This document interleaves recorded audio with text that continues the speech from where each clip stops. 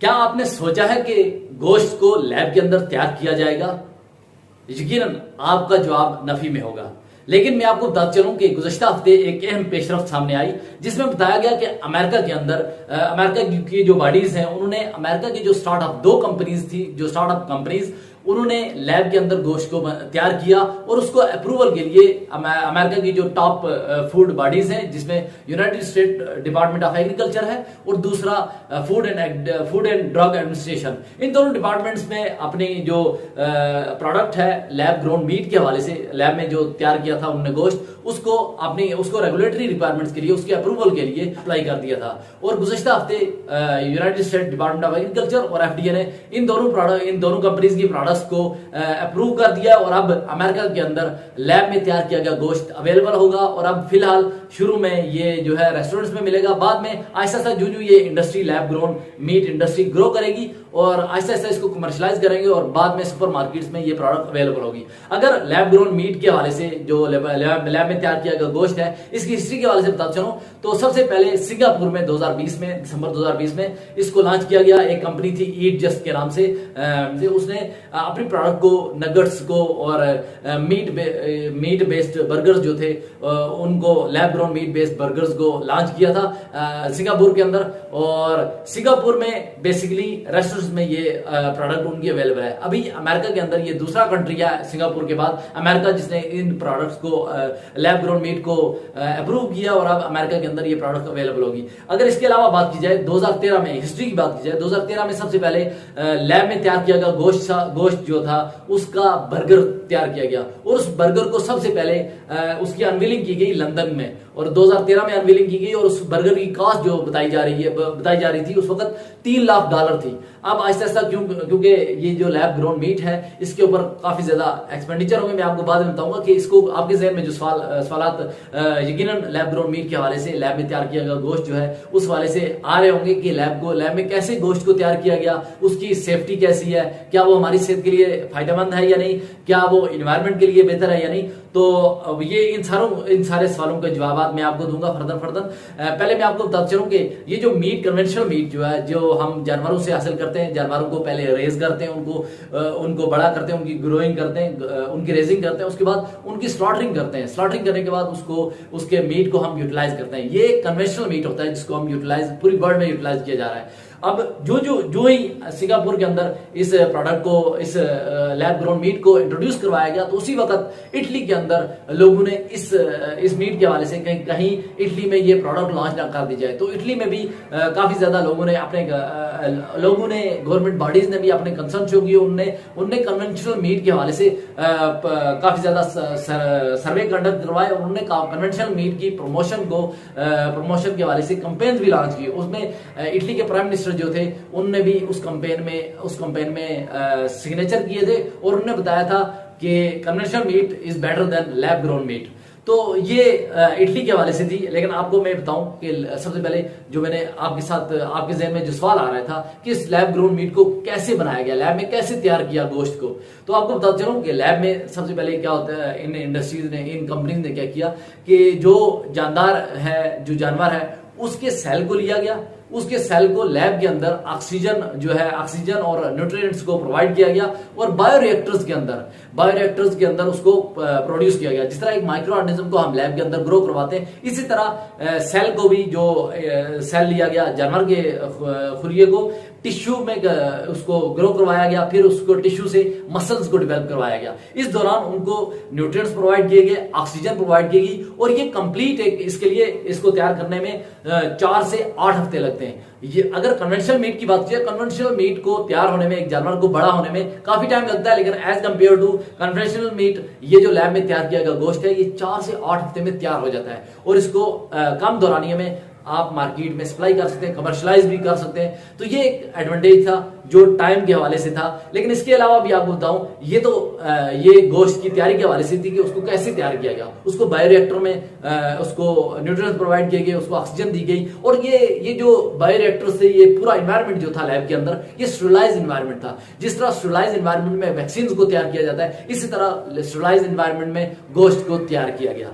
अब आ जाते हैं इसकी सेफ्टी के हवाले से। क्या ये गोश्त जो है ये सेफ है या नहीं। अभी सिंगापुर में 2020 से अभी तक लोग जो कंज्यूमर्स हैं वो लैब ग्रोन मीट के हवाले से डिफरेंट नगेट्स हैं या डिफरेंट पैटीज हैं या बर्गर्स हैं उनको कंज्यूम कर रहे हैं, लेकिन उनकी तरफ से, सिंगापुर की अथॉरिटीज की तरफ से कोई इसके हवाले से नेगेटिव इंपैक्ट सामने नहीं आया। लेकिन अभी रिसर्च इसके हवाले से हो रही है, ऑनगोइंग रिसर्च है, इस हवाले से देखेंगे कि आगे फ्यूचर में इसके इंपैक्ट हेल्थ के हवाले से क्या इंपैक्ट सामने आते हैं। लेकिन अभी फिलहाल अभी तक सिंगापुर के अंदर कोई नेगेटिव इंपैक्ट सामने नहीं आया। अगर इसकी सेफ्टी के हवाले से बात की जाए तो सेफ्टी के हवाले से बताते चलूं कि इसको जानवर के खुलके से तैयार किया, इसको तमाम न्यूट्रिएंट्स प्रोवाइड किए गए, और ये जो है इसने इस लैब ग्रोन मीट जो है इसने तो यूएसडीए की जो रिगोरियस रिक्वायरमेंट्स हैं उनको भी पूरा किया, क्योंकि एफडीए और यूएस डिपार्टमेंट ऑफ एग्रीकल्चर की जो सेफ्टी के हवाले से, ह्यूमन सेफ्टी के हवाले से, फूड सेफ्टी के हवाले से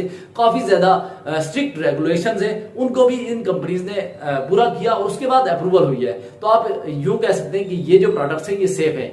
इसके अलावा WHO वर्ल्ड हेल्थ ऑर्गेनाइजेशन और फूड एंड एग्रीकल्चर ऑर्गेनाइजेशन है, उन दोनों ने भी आपने कंसर्न शो किया। उन्होंने कहा कि इस मीट के हवाले से, लैब ग्रोन मीट के हवाले से बताया कि उसकी बायोसेफ्टी, बायोलॉजिकल कंटेमिनेशन के हवाले से बताया, माइक्रोबायोलॉजिकल कंटेमिनेशन हो सकती है, एलर्जेनिसिटी हो सकती है, और इसके अलावा एक और चीज बताई कि एंटीबायोटिक्स के हवाले से, कोंड के हवाले से उन्होंने अपने कंसर्न शो किए। लेकिन आपको बताऊं कन्वेंशनल मीट जो होता है, जो अगर फॉर एग्जांपल ये जो कन्वेंशनल मीट है ये चिकन मीट है बेसिकली। तो चिकन, अगर कन्वेंशनल मीट की बात की जाए, चिकन की बात की जाए, तो चिकन को जब चूजा होता है उसको ग्रोइंग स्टेज पे एंटीबायोटिक्स के इंजेक्शन दिए जाते हैं, एंटीबायोटिक्स उनको दी जाती हैं। लेकिन अगर कन्वेंशनल मीट में एंटीबायोटिक्स दी जाती हैं, लेकिन लैब ग्रोन मीट में कोई एंटीबायोटिक्स नहीं दी जाती। तो ये एंटीबायोटिक्स के हवाले से एक पॉजिटिव पॉइंट है कि लैब ग्रोन मीट में कोई भी एंटीबायोटिक्स नहीं देते, बल्कि वो जो होता है वो उसी स्टेरिलाइज्ड एनवायरनमेंट में ही प्रोड्यूस होता है, उसी स्टेरिलाइज्ड एनवायरनमेंट में मसल डेवलप होते हैं, सेल से टिश्यू से मसल डेवलप होता है, और वो मसल जो है उसकी हार्वेस्टिंग करते हैं, देन पैकेजिंग करके कमर्शियलाइज किया जाता है। ये थी उसकी सेफ्टी के हवाले से। आगे आपको बताऊं कि न्यूट्रिशन के हवाले से कि इसकी ग़िज़ाइयत कितनी होगी। लैब ग्रोन मीट जो है, लेबोरेटरी में तैयार किया गया गोश्त, क्या उतनी ग़िज़ाइयत देगा जितनी एक कन्वेंशनल मीट है, एक कन्वेंशनल चिकन मीट है वो हमें प्रोवाइड करता है? तो यकीनन ऐसा ही है, क्योंकि बेसिकली उसका जो प्रिकसर है, जो बेसिक सोर्स है वो चिकन ही है, या वो जिंदा लिविंग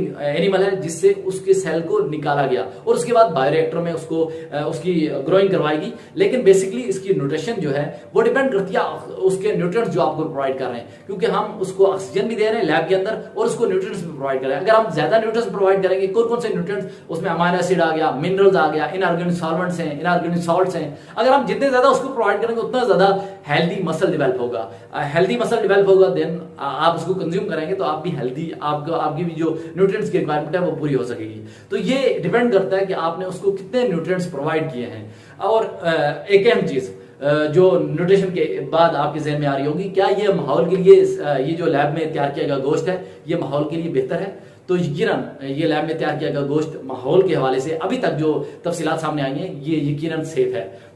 अगर कन्वेंशनल मीट की बात की जाए तो कन्वेंशनल मीट की जो स्टेजेस हैं, इनमें जानवर को तैयार किया जाता है, उसके बाद स्लॉटरिंग की जाती है, उसकी बाई प्रोडक्ट्स होती हैं। तो इस सारे मरहले में जो एनवायरनमेंट के हवाले से काफी ज्यादा इनके कार्बन फुटप्रिंट्स जो है काफी ज्यादा है कन्वेंशनल मीट के as compare to lab grown meet.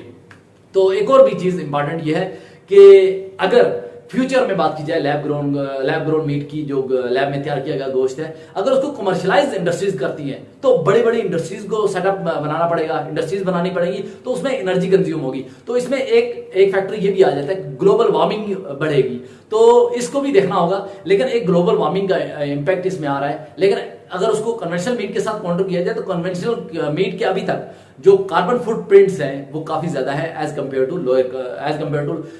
Lab grown meat के।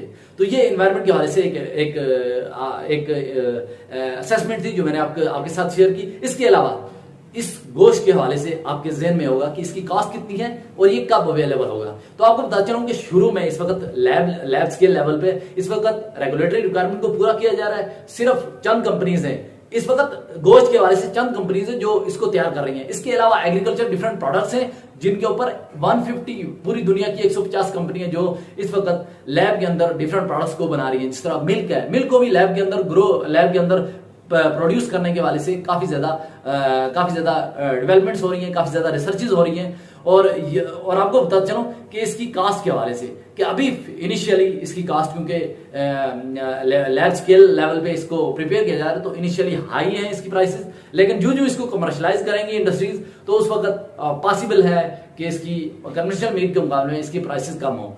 और ये अवेलेबल इस वक्त सिंगापुर में डिफरेंट रेस्टोरेंट में अवेलेबल है। अमेरिका के अंदर शुरू में इंडस्ट्रीज के रिप्रेजेंटेटिव का कहना है कि इस वक्त सिर्फ रेस्टोरेंट्स की हद तक उसको कमर्शलाइज किया जाएगा, बाकी बाद में सुपरमार्केट्स में अवेलेबल होगा। ये एक इंपॉर्टेंट वीडियो थी। अगर आपको ये वीडियो पसंद आई है तो आप मेरे सोशल मीडिया प्लेटफॉर्म को सब्सक्राइब करें, फॉलो करें और हमारे साथ जुड़े रहिए।